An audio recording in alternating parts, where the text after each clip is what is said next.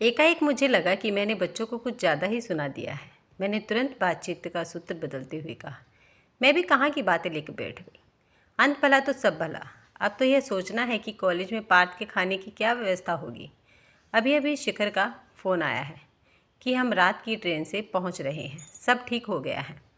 आप ज़रा भी चिंता न करें, पार्थ बिल्कुल ठीक है। रात को खाने में दाल सब्जी रोटी बना लीजिएगा। पूजा से उठकर ही फ़ोन रिसीव करने आई थी। पुनः पूजा घर में आकर भगवान के चरणों में झुक गई। हे प्रभु, तूने हमारी लाज रख ली। तेरे प्रताप से ही पार्थ आज ठीक होकर घर लौट रहा है। डॉक्टरों ने तो बहुत ही डरा दिया था, तभी तो मेरठ से दिल्ली ले जाना पड़ा। कितने दिनों से पार्थ खाने में रुचि दिखा रहा था। खाता भी तो उल्टी कर देता, कहता छाती भारी हो रही है, मुंह कड़वा है। डॉक्टर भी शुरू में कहाँ कुछ समझ पा रहे थे। यह तो जब बूढ़ा ना गेट वाले बड़े डॉक्टर को दिखाया तब जाकर पता चला कि पार्थ का लीवर कमज़ोर हो गया है। डॉक्टर ने तो यहाँ तक डरा दिया था कि जल्दी ही सही इलाज नहीं हुआ तो लीवर फट भी सकता है। उन्हीं के कहने पर दिल्ली के मशहूर डॉक्टर को दिखाने ले गए थे। उन्हीं के इलाज से आराम हुआ है। 1 महीना तो नर्सिंग होम में भर्ती रहा। श्वेता और शिखर तो मानो खाना सोना ही भूल गए। भूले भी क्यों न, जिनका जवान लड़का जीवन मृत्यु से जूझ रहा हो। उन माता पिता को भला कुछ सूझता है। मैं बूढ़ी दादी यहाँ बस अपने ठाकुर जी के चरणों में ही पड़ी रही। घर का इकलौता बच्चा ठीक होकर घर लौट आए, यही मन्नतें मांगती रही। इस 1 महीने में अतीत की कितनी यादें उमड़ती घुमड़ती रही। वर्षों का सफ़र 1 माह में दोहरा गई। शिखर और पूनम के बचपन की शरारतें कभी मन को गुदगुदाती तो कभी उनके बीमार पड़ने पर मन में उठी शंका मुझे झंझोरती। पूनम का सिविल सर्विस में सिलेक्शन होना, उसकी नौकरी, शादी एवं पति के साथ विदेश में बस जाना, सभी दृश्य मानो साकार हो उठे। इसी तरह शिखर का अपने पापा के पद चिन्हों पर चलकर जज बनने की चाह उसे एक अच्छा वकील बना गई। शिखर के पापा जब मेरठ के जिला जज बनकर आए तभी शिखर ने लॉ में दाखिला लिया था। लॉ करने के बाद 2 बार भी जब वह मुंसिफी की परीक्षा पास नहीं कर पाया तब उन्होंने ही उसे यहाँ अपने मित्र जो नामी वकील थे के मार्गदर्शन में लॉ की प्रैक्टिस करने की सलाह दी। तभी से शिखर ने एक वकील के रूप में ख्याति प्राप्त की। आज एक सफल वकील के रूप में उसकी पहचान है। श्वेता शिखर के पापा के दोस्त की लड़की थी। दोनों दोस्तों ने दोस्ती को रिश्तेदारी में परिवर्तित करने का मन बनाया। अतः श्वेता हमारे घर की बहू बनकर आ गई। उसने जल्द ही पार्थ को मेरी गोद में डाल दिया। मैं तो निहाल हो गई। शिखर की शादी के दिन आजकल बहुत याद आते हैं। शिखर के पापा ने हमेशा ही बच्चों के खान पान की गुणवत्ता पर बहुत ध्यान दिया। इसी का परिणाम था कि घर में 2-2 गायें बंधी रहती, नौकरों की कमी न थी, बड़े बड़े बंगले रहने को मिलते, हरी हरी सब्जियां घर पर ही माली उगा देता, घर का शुद्ध दूध दही बच्चे भर पेट खाते। भारतीय परंपरागत खाना ही हमारी रसोई में बनता। नौकर कितने भी हों पर खाना मैं खुद अपने हाथों से बनाती। मैंने कभी भी इस मामले में नौकर पर भरोसा नहीं किया। शिखर तो जब तक घर का दूध नहीं पी लेता उसे चैन न पड़ता। पौष्टिक खाने का ही परिणाम था कि दोनों बच्चे हमेशा स्वस्थ रहे। श्वेता खान पान के मामले में हमसे भिन्न है, उसकी पसंद भिन्न है। यह बात मुझे शादी के 1 दिन बाद ही पता चल गई थी। सुबह नाश्ते में आलू के पराठे के साथ ग्लास भर दूध जब शिखर ने उसे भी पिला दिया तब उसका मुंह देखने लायक था। कड़वी दवा की तरह वह लिहाज के कारण पी तो गई, लेकिन सारा दिन उसका सिर दुखता रहा। सिर पर रुमाल बांधने का कारण जब मैंने पूछा तब उसने बताया कि उसे बेड टी पीने की आदत है। उसके यहाँ सब चाय ही पीते हैं। उसके बाद उसके साथ साथ शिखर भी चाय का आदी हो गया। दूध की जगह चाय, मट्ठे की जगह कोल्ड ड्रिंक ने कब घर में स्थान बना दिया पता ही नहीं चला। फ्रिज कोल्ड ड्रिंक की बोतलों से भरा रहने लगा। श्वेता की न तो दाल रोटी पसंद आती न दूध दही। हफ्ते में 2-3 दिन बाहर खाना उनकी दिनचर्या का हिस्सा था। शुरू शुरू में श्वेता का साथ देने के लिए शिखर बाहर खाने जाता, लेकिन बाद में वही उसकी भी पसंद बन गया। शिखर के पापा को यह सब पसंद नहीं था, परंतु मेरे समझाने पर वह बच्चों को कुछ भी नहीं कहते थे। पार्थ का जन्म तो हमारे लिए असंख्यक खुशियाँ लेकर आया था।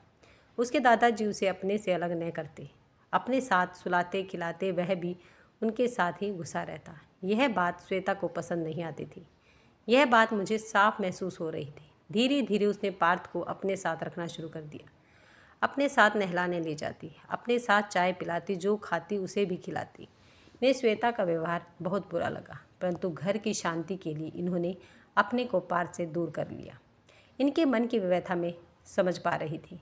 शिखर की उपस्थिति में एक दिन श्वेता से बात की। उससे कहा कि पार्थ के दादाजी उसका सानिध्य चाहते हैं। दादाजी के पोती से विशेष लगाव होता है। तुम पार्थ को उनके पास से क्यों ले जाती हो?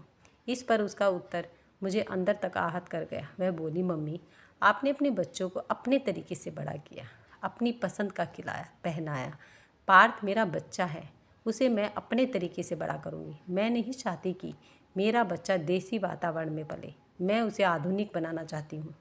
मैंने शिखर की तरफ देखा तो पाया कि उसका समर्थन अपनी पत्नी के साथ है। उस दिन से हमारी रसोई तो एक रही, पर खाना दो तरह का बनना शुरू हो गया। देखते देखते पार्थ स्कूल जाने लगा। दूध पराठे की जगह नूडल्स, कोल्ड ड्रिंक ने ले ली। दाल रोटी तो पार्थ खाना ही नहीं चाहता था। उसे चाहिए पिज़्ज़ा, बर्गर और भी न जाने क्या क्या। मैं तो सबके नाम भी नहीं जानती। श्वेता पहले हफ्ते में 2 दिन होटल जाती थी, लेकिन अब पार्थ की इच्छा से या तो बाहर खाते या फिर घर पर ऑर्डर करके मंगा लेते। लड्डू सहजी का नाश्ता तो रसोई से गायब हो गया। पार्थ वर्षों तक हाई कैलोरी का खाना खाता रहा। पढ़ाई के कारण न खेलने जाता, न घर का कुछ काम करता। उसका वजन बढ़ने लगा। तबीयत खराब होने पर जब भी डॉक्टर के पास जाते तो डॉक्टर कहता कि बच्चे पर ध्यान दीजिए। अगर यह अपना वजन कम नहीं करेगा तो इसे बार बार मेरे पास आना होगा। अब तो घर में ऐसी स्थिति हो गई है कि शिखर और श्वेता चाहते थे कि पार्थ अपना खान पान बदले, लेकिन वो सुनने को तैयार नहीं था। घर का खाना वह खा ही नहीं सकता था। चाइनीज़, थाई, इटालियन जैसे फूड ही उसे पसंद थे। इंटर करने के बाद वह 1 साल पहले ही तो मेडिकल में सेलेक्ट हुआ था। वहाँ भी मेज़ का खाने की जगह जंक ही खाना खाता। रात रात भर पढ़ना, तला भुना खाना, उसका स्वास्थ्य खराब रहने लगा। उसकी भूख कम हो गई, जी मिचलाने लगा, उल्टियाँ होने लगी। लखनऊ मेडिकल कॉलेज से पत्र आया कि आपका बेटा बीमार है। तब शिखर जाकर उसे मेरठ ले आया। यहाँ बड़े बड़े डॉक्टरों को दिखाया। जब कुछ लाभ नहीं हुआ तो उसे दिल्ली ले जाना पड़ा।